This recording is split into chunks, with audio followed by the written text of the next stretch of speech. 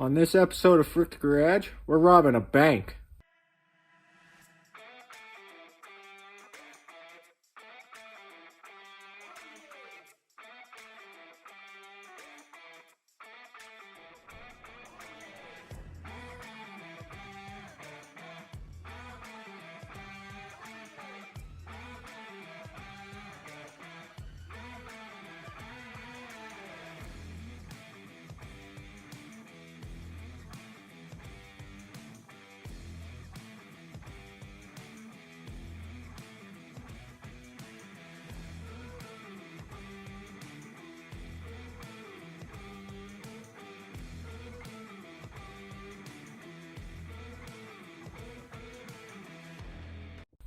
Okay, we're not robbing a bank, but we could. I mean, everybody's wearing masks now, so. And I think somebody stole from Walmart today while we were there.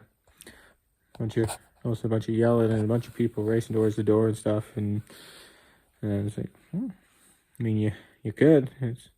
Who did it? Oh, the guy with the mask on.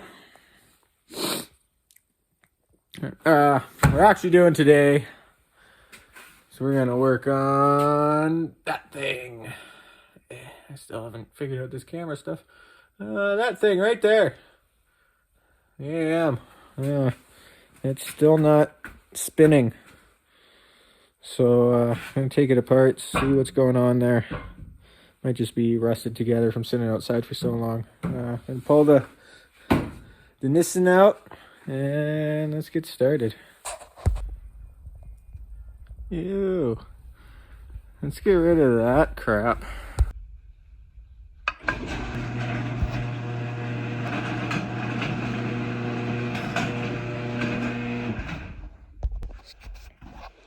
Okay, once my eyes adjust to the darker lighting here, actually I might dig around and get my trouble light plugged in. Yeah, this side is right frozen. It might just be stuck on the brakes. It might be rusted all up in there. It might be the park brake inside. Who knows? Let's get this up on jack stands.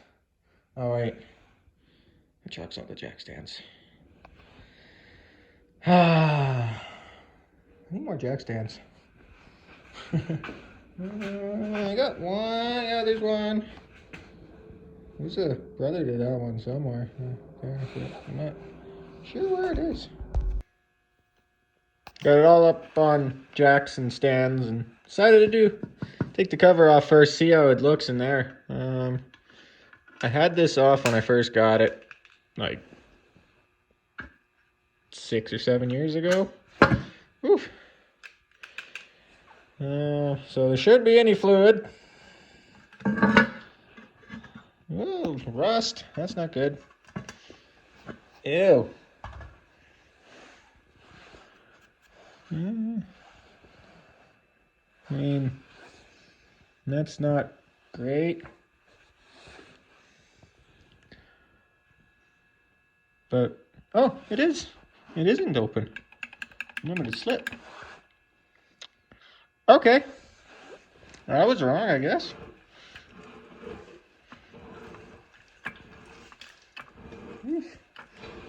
It's kicking leaves out of that side. That's probably why the other side's all fucking rusty. Oh, sore. Ooh. Yeah. Oh, there we go. That's why you're stuck on the jack. Yeah. I mean, the gears themselves aren't too bad. It probably would. That's bad though. Really don't want to take this apart, but I might have to. Even just clean everything up and throw it back in.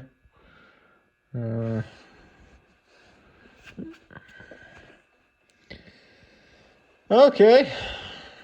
I mean, these are pretty sturdy, and I would eventually like to get a locker in it anyway, so. And parts, I believe, are aplenty for this. I mean, there's lots of them out there. So, run it like that. See if she blows. What do you guys think? Let me know in the comments if you think I should just run it, or if I should not be a lazy POS and actually do it properly. Well, property would be all new stuff, but if I More meaning take it out and clean it all up and then put it back in.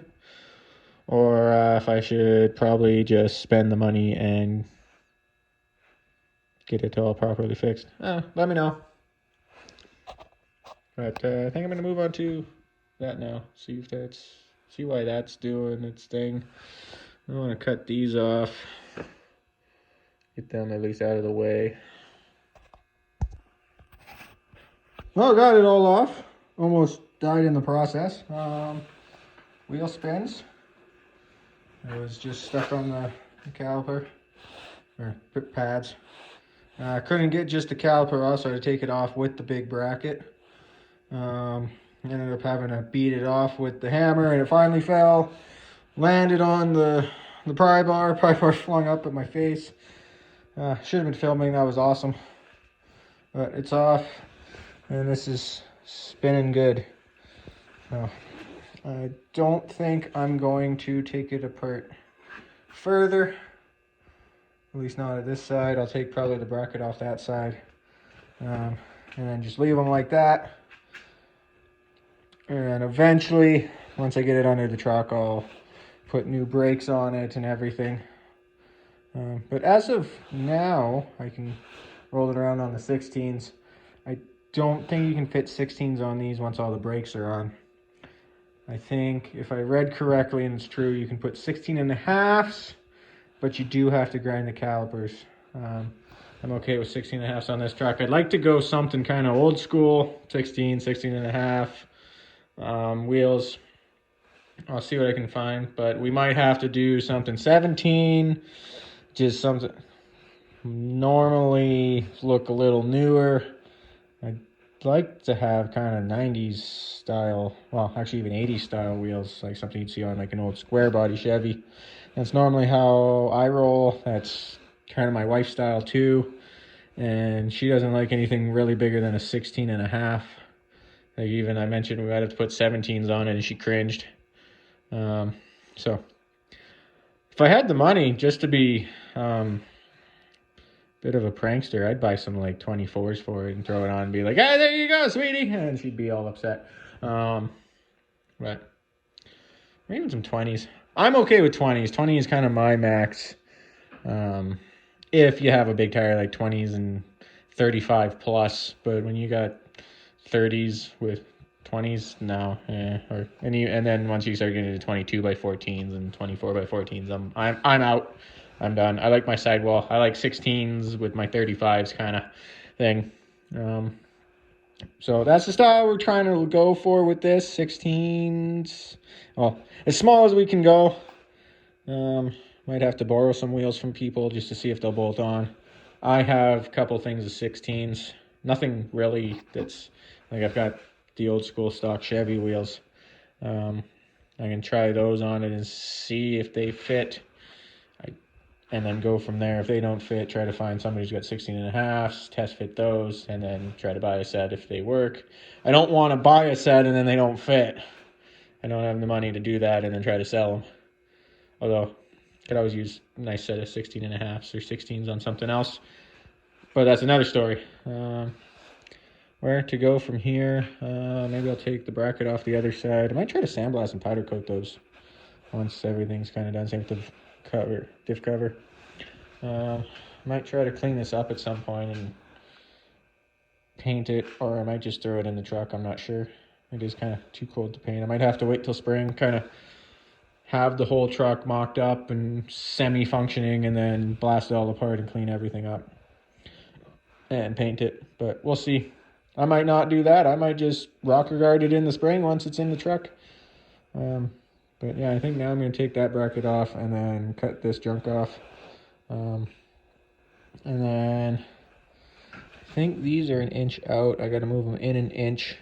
I don't really want to cut them off and then move them over. I might just add a plate on here, and then wherever it's in the way for the U-bolt, I might just cut out. I know it's kind of a half-assed way, but and I would put a vertical here. So like have a piece of plate here, drill my holes, then have a piece of vertical plate. I think that I might leave until I get that diff out of there and fully measure. I mean, guess I could measure now, whatever. Maybe I'll try to do that. I don't know. I'm so undecisive, especially lately. Oh, those are off. Welds weren't the greatest on them, so I zipped one end a little bit and was able to kind of wiggle them and break them. I think that was a nice bit of progress for Saturday afternoon. It's dinner time, so I'm going to go in, play some games, after maybe clean it up a little bit. And then I think tomorrow, my original plan was I was going to make the plates for here and weld them on and everything, and then swap the diffs. But I think I'm going to get that one out of here first. The sooner it's out of the truck, the sooner I can sell it or scrap it or whatever. And then take this one and roll it under there. See how she fits first. Make some measurements before I make the plates. And then start the shackle flip. We'll see how far I get tomorrow. I'm not a fast worker, and I only like kind of a few hours at a time. But good progress, I guess. I mean, most people would have had this done and probably like in the truck in a weekend.